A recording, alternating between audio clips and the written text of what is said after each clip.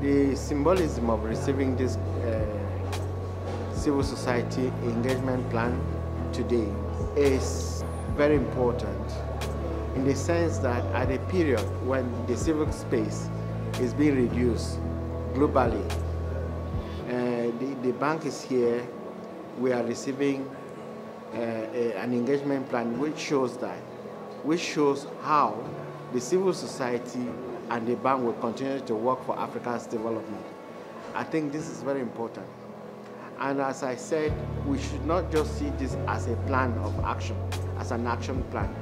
It is a kind of covenant between the bank and the civil society, especially the African civil society, because our contribution is important in the development projects of the bank. We bring the aspirations of the people, we bring the field reality, we bring what it needs to be on the ground, and we also bring the voice of the voiceless. And we think it is very, very important. Again, the symbolism, taking into consideration that the bank is undergoing transition. You know, in the next couple of weeks, they will be electing a new president for the African Development Bank. If he or she comes in and finds something that is already ongoing, it will be difficult to derail from it. It was much more challenging to kickstart this process than meeting it on the way and wanting to derail it. Even though, as I said again,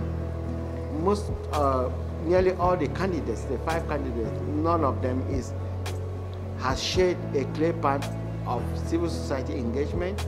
We are not worried because this engagement plan is like a covenant that everybody has to adhere to it. So the symbolism is high, and we really appreciate the team of the African Development Bank, especially the civil society committee, the president himself, who made sure that this works out well, that this plan is here with us. Now we have to implement the plan. My vision is that the African civil society relationship with the bank should use a Pan-Africanist lens. You know, Africa is a continent with special needs and circumstances. Sometimes what obtains elsewhere is hardly obtainable in Africa.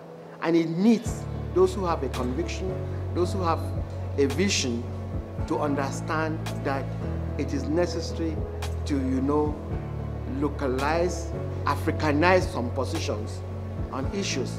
Otherwise, it will just be a point of conflict all the time. I'm not saying that by doing this, by having a Pan-Africanist view, you will not have conflicts with the bank. Of course, conflicts will always be there. The bank, first of all, needs its profits.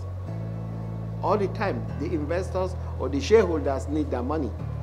But we are saying there are things that have to happen on this continent. If it's a development bank for Africa, and in Africa, it should also be for Africans and the African communities.